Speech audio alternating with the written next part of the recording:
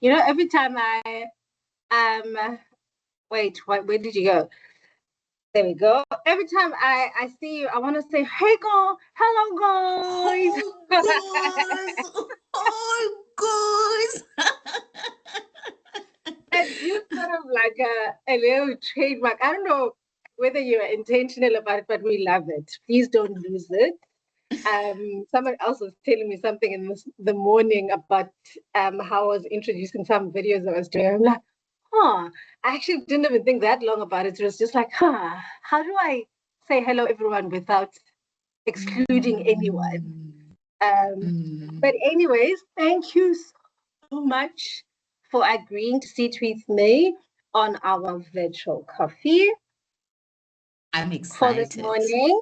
I'm so excited and thank you so much. I mean, it feels like such a privilege to be sitting with you. I know you've sort of certain ones, and I get to be the first one. So I'm Yeah, excited now it's about the that. first of many. Yes, the first of many.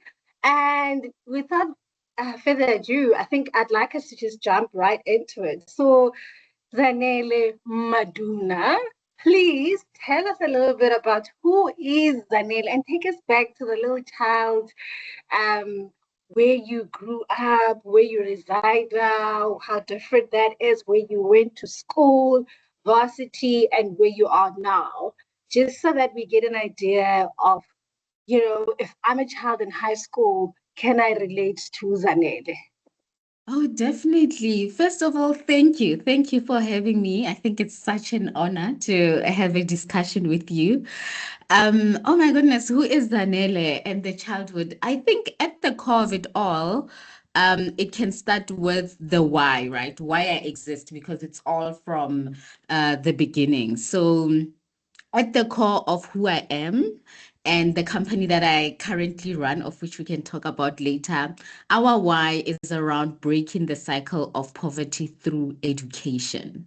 And that Mm, summarizes everything that has to do with me because yeah, I'm Zanele from Bitumelo Sebokeng, which is south of Gauteng. I was mhm. raised in a one room RDP house with my mom as well as my stepdad. And all I could think about my entire childhood is that I just want to leave Bitumelo. I just want to leave Bitumelo. That was Okay. literally my entire childhood. I just wanted to leave Bitumelo. So yeah, from primary, of which I went to Litzimen Primary School, and then I went to Esokwazi Secondary School. Mm. That's where I've been like, I was just always in my books thinking, I can't wait for the time where, I just get to varsity and I also have that light that, you know what, Mm. now it will all end. We are done with poverty. So yeah, that's me overall. I'm just a girl who's been trying to escape the I'm poverty just like, cycle yeah, and being in Maggie. Bitumelo. Yeah. Yes. And Zanele, did you have any idea as a child where you wanted to go? Like you wanted to leave Guatemala, so but do you have an idea? Did you have an idea of where you wanted to go then? Oh my goodness, funny enough, all I knew is that there was something better out there, but I didn't know what it was. And Oh, people get shocked because they think just because you're living in South Africa, you're aware. You're aware that there is Sentin City, you're aware that, there's corporate there, all of these you things. know? No, I had no idea. Up until 2009, when I Mm. was in grade 11 and I was with Tutuka. And for the first time, we had a trip. I think they took us to some outskirts trip, and it was a very nice place. And I still say, imagine 2009, I'm in grade 11, and this is my first time having a shower at a camp. And I'm like, what? People are There's a showering out shower. there. I'm like, no, I need this in my life. So up until 2009, I just knew I had to be somewhere, but I didn't know where. But then Mm. when I went to, I always tell the Tutuka story, and I think it's at the core of who I am, really. And I know you're actually a Tutuka program coordinator. So yeah, in grade 11, when we went for the camp, that's when I started thinking, oh, this is what outside feels like. And maybe this is the type of place I need to be at and the type of Mm. people I can be with. So yeah, it was only then where I was like, okay, maybe outside looks like Zanele being a chartered accountant and actually seeing better things. Yeah. Awesome stuff. And you know, it's so amazing how you talk about the simple things, you know, like, oh, a shower for the first time. And some people might not necessarily understand why would you say a shower for the first time? Because it means you're using different means to get bathed and cleaned, and not necessarily a shower or a bathtub, because that Indishi, was your indishi. environment. And when we say RDP house, we mean there's no flushable toilet inside the house, using a bascom or whatever other people call it to, you know, get ready for the day. So that's awesome. And I'm glad you're talking about the travel or the different cities in terms of all this scented. And because as African people, sometimes we think the world is so big, but it actually can be so small, depending on how well traveled you are. And I know you are very much well traveled, but story for another day.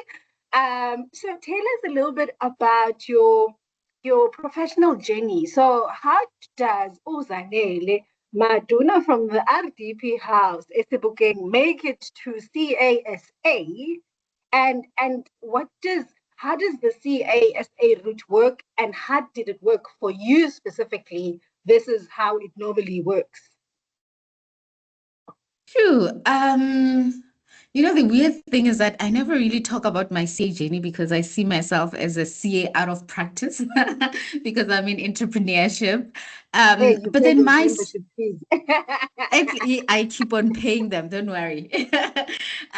So with my CA journey, really, just like everyone else, we all know it's not an easy one, right? Mm. But then going back Hey, but you'd be to amazed. There are people who cruise through it, but yeah. hey, hey, summer well, hey, summer well. So I think with me, when I think about where I am now and my journey, everything is all connected. Meaning that when I was leaving Bitumelo and going to Wits to study Mm, my accounting sciences, that transition was very hard. That was very challenging.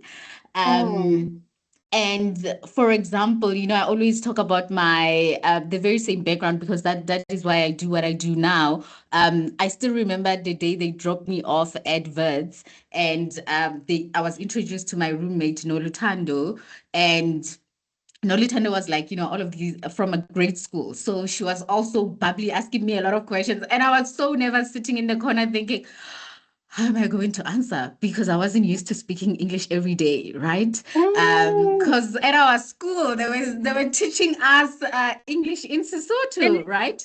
So exactly. yeah, so it's like I would have to think about my answer institute, translate it, and then respond to my roommate. So for me, that transition from high school to varsity, it was really challenging, especially for a diverse university like Viz as well, Birds. because this is the first Mm. time you're meeting different kinds of people, and you still need to be plugged in within your studies, so yeah, that transition was definitely the most challenging one, and that is why we do what we do now at No-Valo, which is to help the students with the very same transition. And then yeah, I got to vets, and with God's grace, really, it's just God, it's not me. I was able to actually finish my degree in record time and also Mm. finish my CTA as well in record time. Believe me when I say it's Worth God. celebrating. And yes, It is so worth celebrating because as much definitely. as, like I said, you know, some people cruise through it, but we know with the background that you've just shared, it's not as easy. Also factoring everything else that you now have to be faced with and have to deal with that's new to you. So well done to you. Thank you. Thank you. And honestly, it's really all around the type of support that I had, right? And Mm, that's why I'll always be Tutuka's number one ambassador because they gave us great support. And And it's with that support that I was able to cruise through, as you're saying. And also one of the critical elements that helped me go through is the fact that through Tutuka, we had performance coaching support.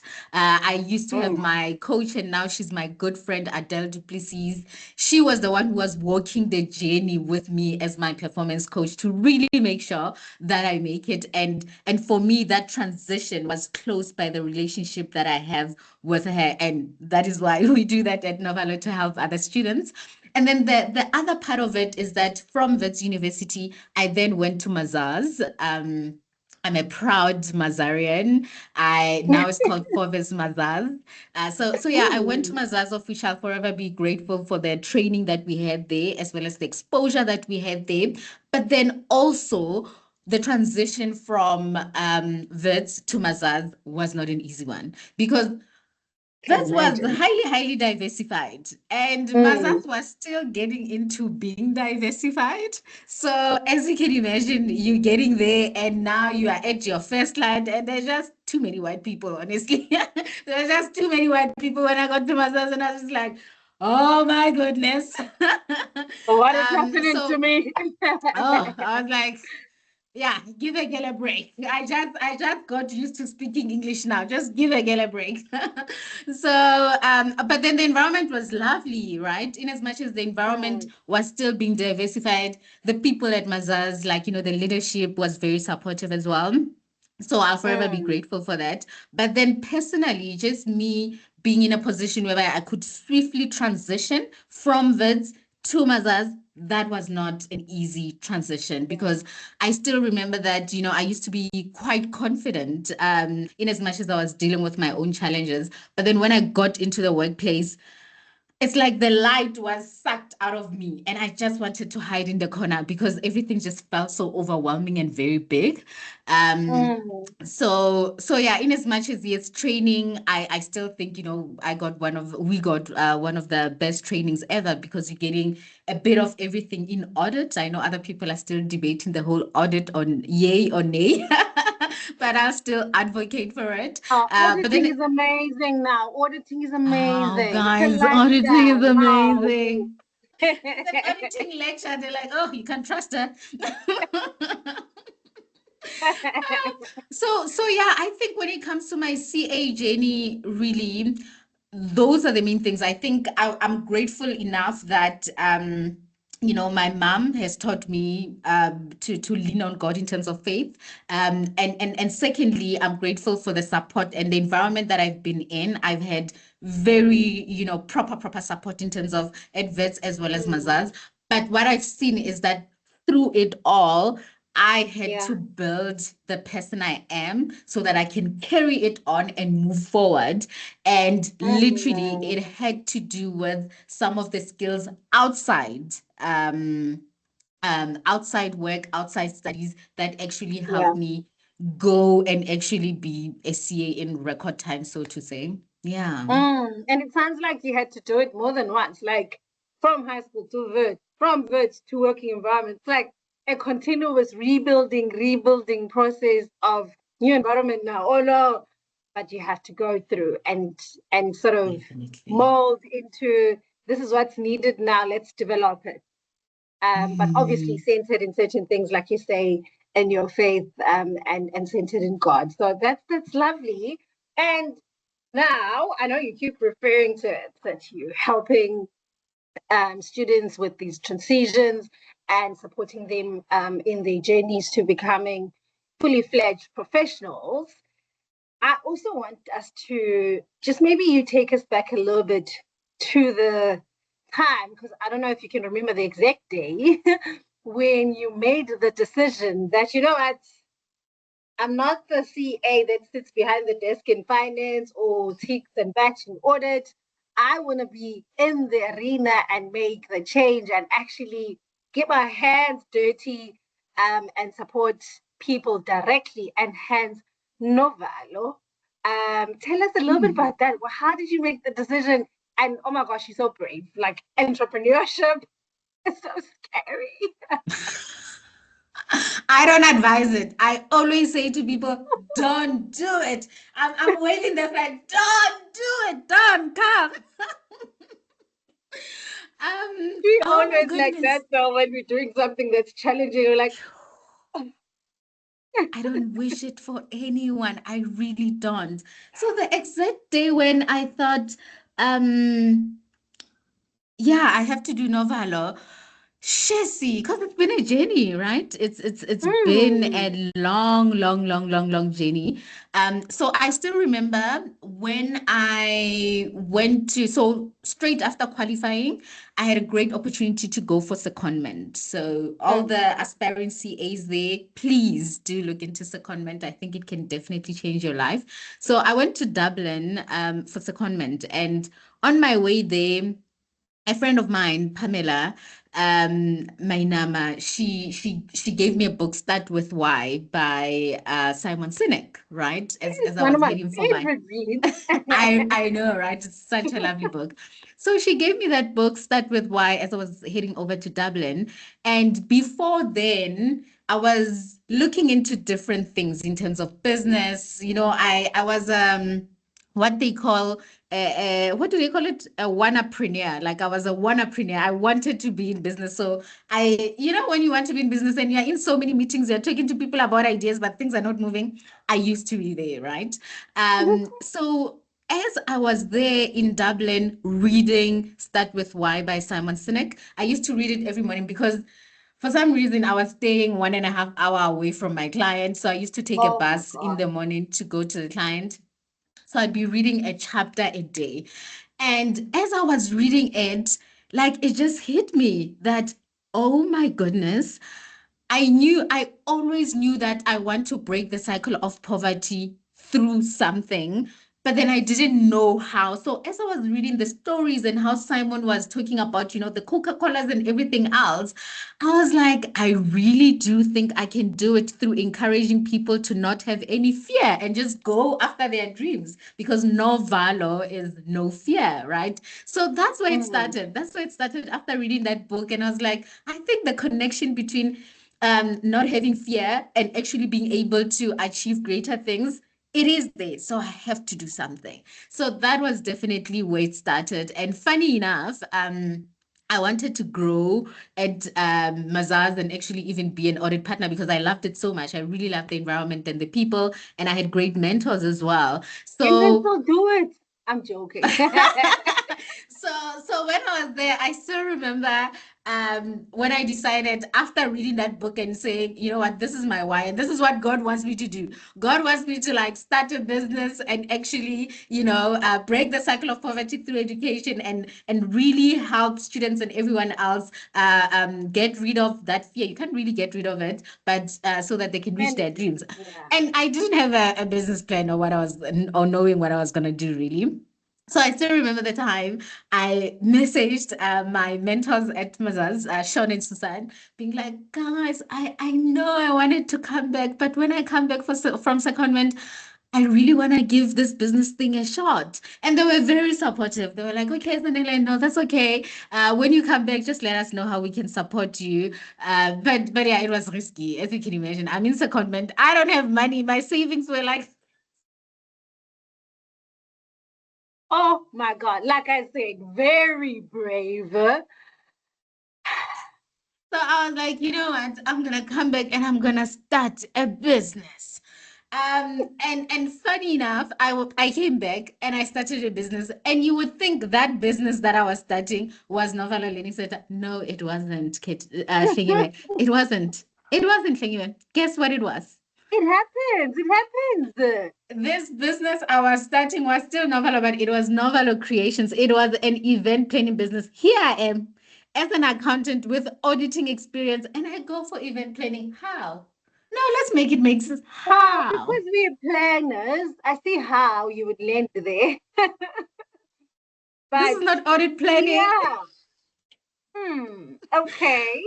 I know. So there I was starting Novelo Creations because now I was like, I can't remember, but it also had a ring to it with regards to how it connects to the why really. And I was like, you know what? I'm a planner, I'm creative, I can make it work. Terrible decision. I ran the business for like 2018 up until 2019, around almost 2 years, lost making business. I used to deliver flowers. Just a terrible idea. Just a terrible idea. And My then goodness. I That's know, so right? interesting.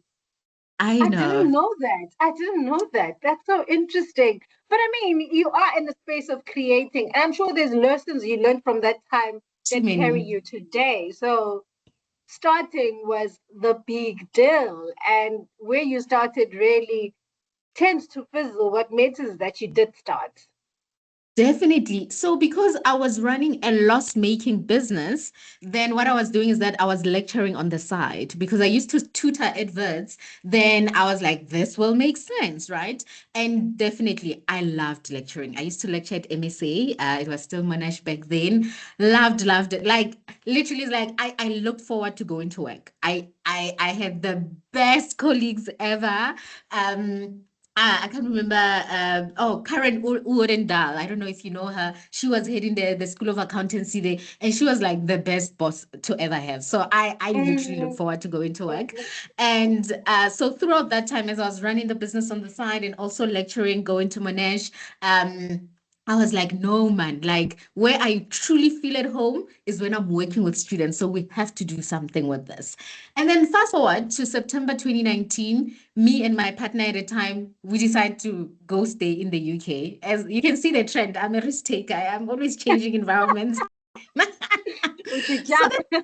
right. So September 2019, when myself and my partner we decided to go to the UK because I couldn't find a lecturing job that side. Then I found a banking job and I was still running the No-Valo creations on the side. But then when I moved to the UK, then what happened is that I realized that I was missing that connection with the students, right? But Mm. then, luckily for me, throughout being at Monash, I was also doing my coaching certificate with UCT. So when I was in, Oh. yes, so when I was in the UK and I had my banking job on the side and I was still selling flowers and everything, and my friend was helping me with the business on the side here, then I was like, no, I feel empty when I'm not working with students. And I was like, what can I Mm. do? That's when I was like, you know what? Let me take the lessons I learned from my coaching certificate and let me see where is the gap. Because when the students are not doing well, usually we think they have to go for more tutoring or they have Mm. to consult more, of which, yes, I do agree, they have to consult more. But then at the same time, there's this whole space of performance coaching that people don't really consider. That in as much as, yes, you can go to so many classes, you can have all of the support, you still have to know how to manage yourself so that you can be able to manage everything around you. And who Mm. teaches you that, right? In as much as your lectures and No everyone else one. and your It's mentors like, can have, they don't have capacity and they also don't have the skill set. So that's when I was like, oh my goodness, what I'm going to do on my Saturdays, on my Sundays, even in the mornings and evenings before I go to work, literally I was doing performance coaching sessions. So when I was in the UK, I'd be waking up at 4 a.m. and I'd be having one-to-one sessions with the students this side because it would be 6 a.m. this side and it would be 4 a.m. that side. And I'd have my one-to-one sessions before work and one-to-one sessions after work and one-to-one sessions also on the during the weekend. weekends to help students with performance coaching. So yeah, basically that has been the journey. That's where it started when it comes to Mm. No-Valo. Up until in the height of 2020, then I saw that there's a gap here because now students were alone and now they had to, like, It got manage their own worse. time, manage Yeah. their, yes. So at the height of 2020, I was doing webinars. Yeah, I was just I doing a lot to remember. really help students with study skills, right? With study skills and exam readiness skills as well. And that's where I saw that, you know what, I'm doing this at a small scale. We have to do something so that we can help We more have to people. go bigger. Yes, yes. But yeah, that's the story of Novella. Such a beautiful story. And it taps into the aspect of, when you talk to students, like, okay, so where is the problem? And they're like, no, I know my content. I do go to the lectures, but I don't know what is wrong. Like, I don't know where I'm going wrong. It's like, hmm. Generally we think the student is not prepared or whatever, but I guess that aspect of learning to self-regulate and self-lead or manage own performance is where you come in and bridge that gap or fill that gap, and hopefully students see this and actually direct their attention in the right place and get the necessary support. And with all of that, oh, so exciting! I could go on forever. But and sort of us coming to a close, would you please just share with us in terms of any advice you have? I mean, it's exam season. For if you were talking to a Zanele, younger Zanele in her stages when she was about to write her matric exam, or at least writing them, when she went to varsity, I mean, you had a huge learning gap into that transition. And also when you started work, whether it's when you become a professional or articles, just advice on those three levels of her life, what would you say to her?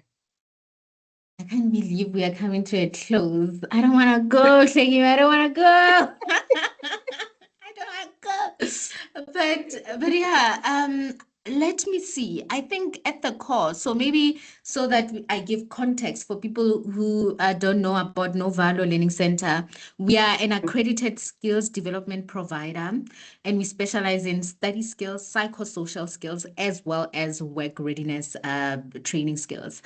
And I think at the core of it all, we do have our No-Valo frameworks, and I'll try to summarize that advice for all of them within that.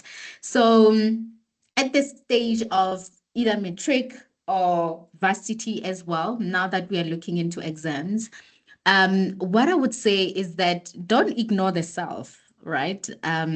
Because at this point, people are just thinking, study, study, study. They're not even sleeping, like not sleeping. They don't even want to drink water. They don't want to do anything. They're just thinking, I just have to read as much as I have to, right? So the reason I'm saying don't ignore self is that how we see it at No-Valo, and what we believe every student has to know is that as you are approaching exams and you want to be successful in exams, you have to look at the self and how you are taking care of the self, because the self, as you need mental clarity and you need the energy to show up for that exam and pass it, right? So what it means is that, remember, when it comes to your brain, you've been studying this entire year. Your brain didn't chuck all of that out and put it in a trash box. It's not there. All you have to do is that you have to be in a position whereby you can, easily retrieve all the information that you've been studying throughout the year and be able to implement it when it's needed in the exam.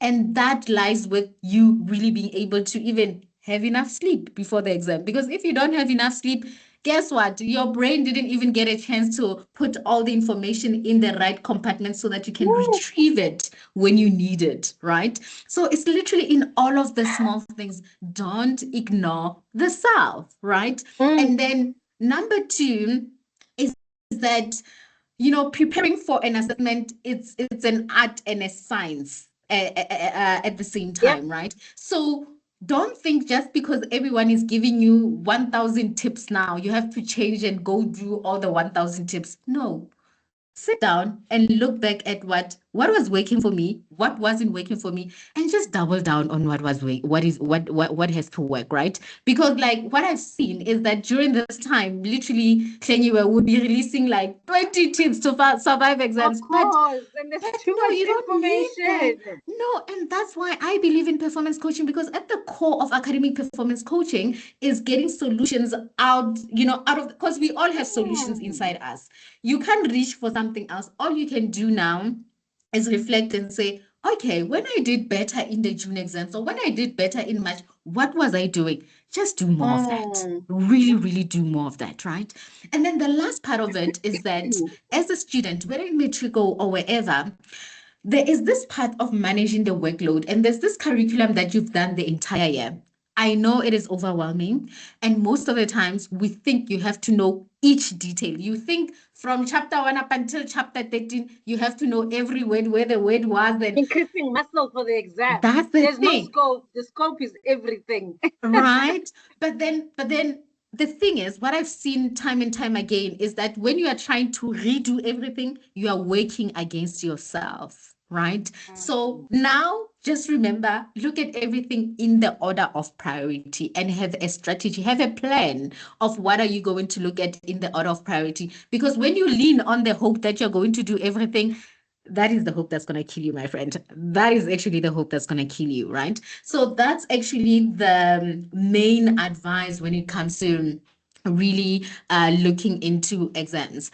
And then when it comes to the people after exams, as they're looking into the workplace, I hope I'll come back to your podcast so that we talk about that one more Of in course. detail. Please. Rebecca, you're more than welcome. Definitely, I can't wait to come back. But I think at there where I will leave it so that we can pick it up there, where I will leave it is that what I've seen and also hiring a lot of young people also at No-Valo and us actually coaching a lot more. For example, now on our e-learning platform, we have over 11,000 users really, benefiting What? from our programs. What we've seen time and time again, especially when it comes to work readiness and job seeking and really preparing for that jump from varsity into the workplace, is that so many young people, they don't have a job seeking strategy and a career plan. It sounds simple, but then if you're Mm, just going to throw spaghetti at the wall when you're trying to get into the workplace, that's not going to work, right?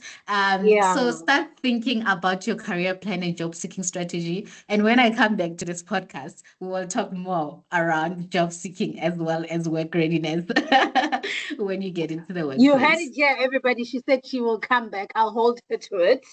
I will For sure. hold her And to it's going to it. be face to face. You'll be sitting next to me when we are doing the next one. Oh, I'm excited for it. Thank you so much, Zanele. That was so enriching. And I want more, I want more, I want more. But we will then have a bit more later. Thank you so much for this. And have a wonderful day. We look forward to engaging with you again. And all the best with No-Valo. I mean, 11,000, like that stuck with me, me in numbers. But thank you so much for spending the morning with us and having a virtual coffee. It was so exciting. Thank you. Thank you. Bye.